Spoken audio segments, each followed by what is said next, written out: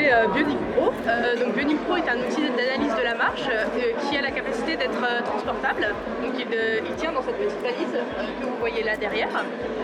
Bionic Pro est composé de 7 centrales inertielles qu'on va venir placer sur les membres du patient grâce à des scratchs, tout simplement, voilà, comme ça. Donc les centrales inertielles permettent d'enregistrer le mouvement des membres du patient lorsqu'il marche. Donc on va placer 2 centrales inertielles sur les pieds, 2 centrales inertielles sur les tibias, 2 sur le fémur et 1 sur les hanches. Grâce à ces centrales inertielles, on va pouvoir enregistrer le mouvement des articulations du patient pendant la marche et notamment les ambulations qui sont très intéressantes dans le cadre d'une analyse de la marche. Les centrales inertielles sont des capteurs qui sont composés de 3 accéléromètres et de 3 gyroscopes pour pouvoir enregistrer l'accélération linéaire et l'accélération angulaire dans les 3 plans de l'espace.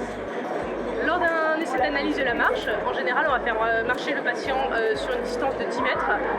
C'est suffisant pour avoir des données précises et fiables sur sa façon de marcher. On peut détecter une éventuelle boiterie. Ça permet également de comparer différents matériels prothétiques ou orthétiques. Par exemple, si un patient hésite entre 2 pieds prothétiques, grâce à l'analyse de la marche, on peut observer avec quel pied sa marche est la plus fluide, la plus physiologique.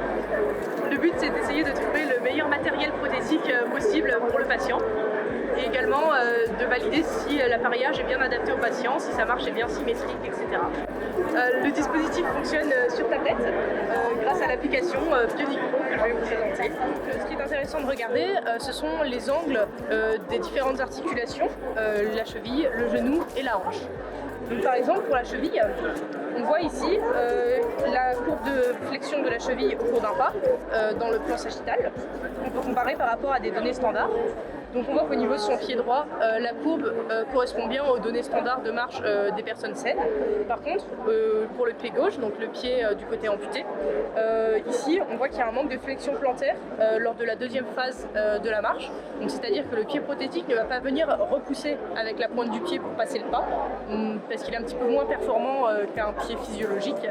Donc on observe là un manque de flexion plantaire. Au niveau du genou, donc c'était une patiente appareillée avec un genou sea-leg, mais qui avait souhaité bloquer la préflexion de son genou parce qu'elle se sentait plus à l'aise comme ça. Donc on observe qu'il y a une préflexion à droite, mais par contre à gauche, donc c'est la courbe en jaune, là il n'y a pas de préflexion, la courbe est toute plate sur la phase d'appui. Et puis après on observe une flexion de genou lors de la phase pendulaire.